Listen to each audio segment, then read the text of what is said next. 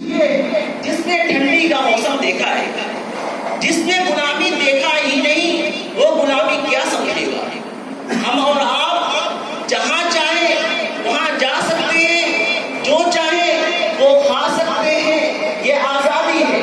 ہم اور آپ نے غلامی ابھی دیکھی نہیں۔ جب آپ صلی اللہ علیہ وسلم دنیا میں تشریف لائے تو اکثر لوگ غلام ہوا کرتے تھے، تو آپ صلی اللہ علیہ وسلم نے بہت اچھی مہم چلائی، اور اس مہم کی وجہ سے ایک دن غلام ختم ہو گئے۔ آپ صلی اللہ علیہ وسلم نے غلام کو آزاد کرنا بہت بڑی اہم عبادت بتلایا ہے، چونکہ ہمارا یہ ملک مسلمانوں کی بادشاہت میں چلتا تھا۔ یہاں پر مسلمان حکومت کیا کرتے اور مسلمان سپاہی ہر طرف پھیلے ہوا کرتے۔ اس ملک میں سکھ بھی تھے، مسلم بھی تھے، ہندو بھی تھے، اور دیگر مذاہب کے لوگ تھے، اور امن و سکون سے رہا کرتے تھے۔ مسلم بادشاہت میں یہاں اتنا زیادہ امن و سکون تھا کہ اس ملک کو سونے کی چڑیا کہا جاتا تھا۔ اور آج کی یہاں کی جو کرنسی ہے، اس کی قیمت کیا ہے؟ اس وقت جب یہاں اسلامی مسلمانوں کی بادشاہت تھی، اس وقت کی کرنسی، ہندوستان کی کرنسی درہم سب سے زیادہ اہمیت رکھتی تھی۔ یہاں کی درہم کی جو کرنسی ہے، اس کی قیمت عرب کی کرنسی سے زیادہ ہوا کرتی تھی۔ یہ ملک اتنا خوبصورت تھا، انگریز یہاں پہ آئے، انہوں نے اس ملک میں تجارت کرنا چاہا، لیکن انگریزوں نے جب دیکھا یہ ملک اتنا خوبصورت ہے، یہاں کی زمین اتنی زرخیز ہے، تو ان کی لالچ اس ملک پر آ گئی، اور انہوں نے ایسٹ کمپنی نام سے ایک کمپنی بنائی، اور اس کمپنی کے تحت کوشش کرتے رہے، اور کوشش کرتے کرتے دھیرے دھیرے مسلمانوں کے اس ملک پر قبضہ کرنے لگے۔ اس وقت بہت ساری جنگیں ہوئی، لیکن وہ جنگیں ہر بادشاہ نے اپنی بادشاہت کو بچانے کے لیے کی، لیکن ایک اللہ کا ولی، ایک مرد مجاہد کھڑا ہوا جو اپنی بادشاہت کو بچانے کے لیے نہیں بلکہ اسلام کو بچانے کے لیے کھڑا ہوا، مسلمانوں کو بچانے کے لیے کھڑا ہوا، جن کا نام حیدر علی ہے، جو شیخ فتح علی ٹیپو سلطان رحمۃ اللہ علیہ کے والد محترم ہیں۔ حیدر علی نے انگریزوں سے جنگ کی، لیکن خدا کا یہ کرنا ہوا کہ اس جنگ میں حیدر علی کو شکست ہوئی۔ اس کے بعد ان کے صاحبزادے شیخ فتح ٹیپو سلطان نے باپ کی مہم کو آگے بڑھایا، اور انگریزوں سے پوری زندگی جنگ کرتے رہے، اور انگریزوں کو شکست دیتے رہے، جب تک شیخ فتح ٹیپو علی سلطان رحمۃ اللہ علیہ حیات تھے۔ انگریزوں نے یہ سوچ لیا کہ ہمارا یہ خواب کبھی پورا ہو ہی نہیں سکتا، ہندوستان ہمارا ہو ہی نہیں سکتا۔ لیکن سب سے زیادہ اگر مسلمانوں کو نقصان ہوا ہے تو وہ ان کی خود کی غداری سے ہوا ہے۔ یہی حال ہندوستان میں مسلمانوں کو ہوا۔ شیخ فتح علی ٹیپو سلطان کا انگریز کے بال بکا بھی نہ کر سکے، لیکن خود کے ان کے مسلمان نے غداری کی، اور شیخ فتح علی ٹیپو سلطان رحمۃ اللہ علیہ شہید ہو گئے۔ ان کی شہادت پر انگریز خبیث ان کے سینے پر چڑھ گیا، اور چڑھ کر اعلان کیا، آج سے یہ ملک ہمارا ہے۔ جب کسی گھر کا مرد چلا جاتا ہے تو کوئی بھی یہ کہہ سکتا ہے کہ یہ گھر ہمارا ہے۔ تو ہندوستان کا مرد مجاہد ٹیپو سلطان رحمۃ اللہ علیہ تھے۔ ان کی شہادت کے بعد انگریزوں نے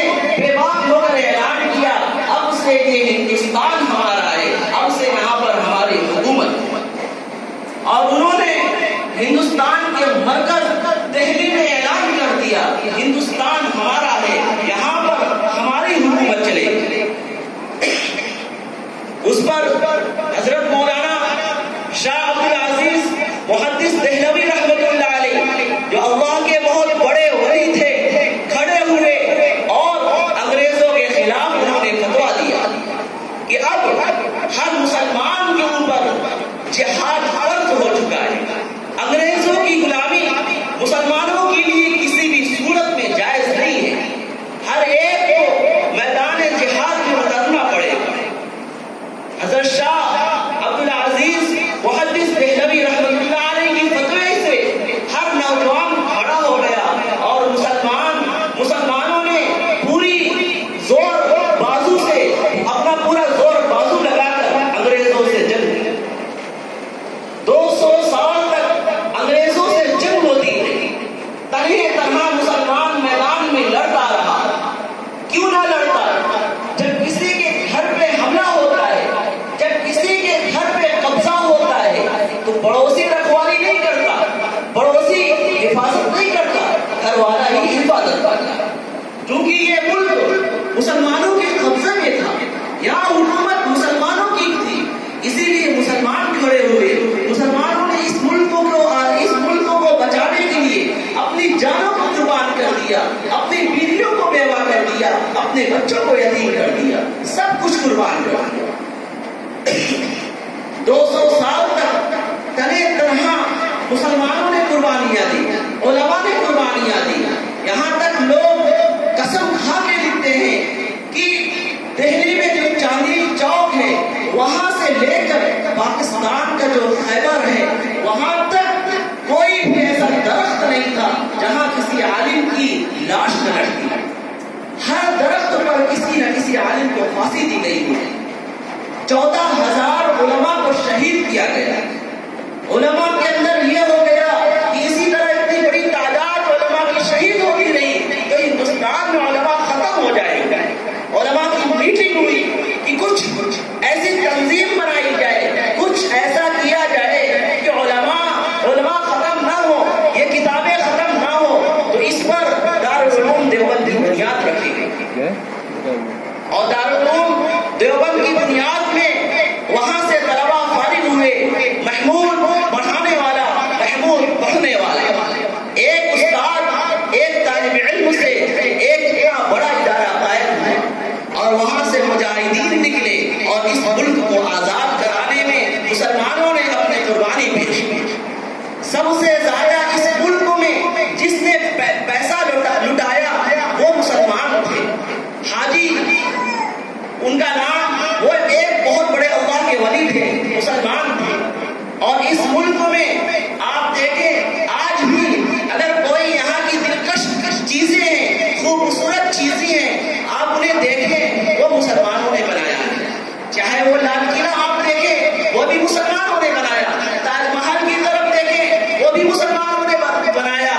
آپ کہیں بھی دیکھیں جو بھی ایسی چیز ہے جہاں ہر مذہب کے لوگ جا سکتے ہیں ان کو بنانے والے مسلمان ہیں۔ مسلمانوں نے کبھی بھی اس پر توجہ نہیں دی۔ اگر مسلمان چاہتا تو اسلامی یہاں پہ مسلمانوں کی بادشاہت تھی تو یہاں پہ مسلمان ہی مسلمان ہوگی۔ میسور میں شیخ فتح علی ٹیپو سلطان رحمۃ اللہ علیہ نے ایک مسجد بنائی، بڑی عالیشان مسجد بنی۔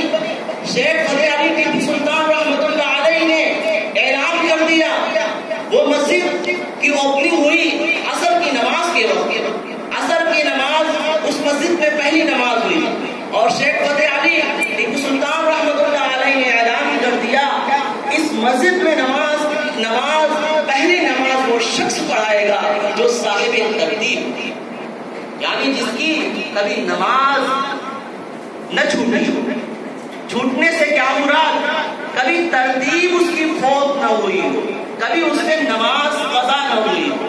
ایسا نہیں کہ عصر کی نماز چھوٹ گئی تو اس کو اٹھا کے عشاء میں پڑھ لیے، نہیں، عصر کی نماز تو عصر کے وقت میں پڑھا ہو، مغرب کی نماز تو مغرب کے وقت میں پڑھا ہو، ہر نماز کو ترتیب سے پڑھا ہو، اس کو کہتے ہیں صاحب ترتیب۔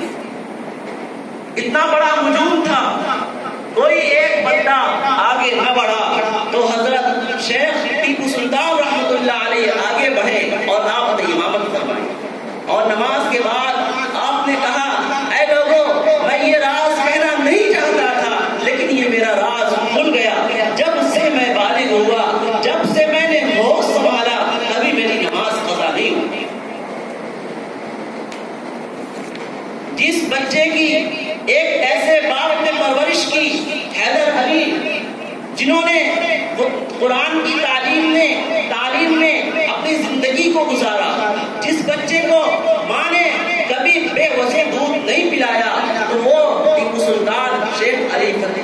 فتح علی ہی ہو سکتے ہیں۔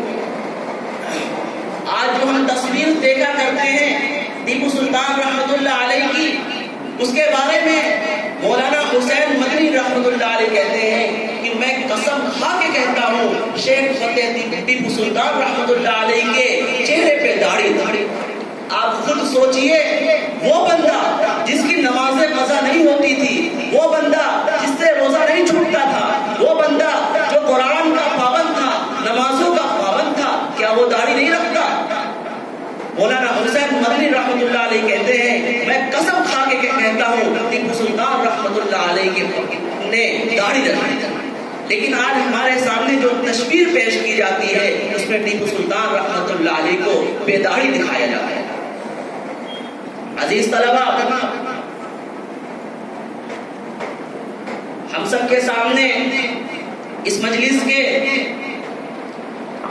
روحانی باپ اور اس مجلس یہ جو مدرسہ ہے جس کے سائے میں یہاں کتنے بچوں کی پرورش ہو رہی ہے اور کتنے ہی بچوں کی پرورش ہو چکی ہے، ان کی دعاؤں سے میں اس مجلس کا اب آغاز کرنا چاہوں گا۔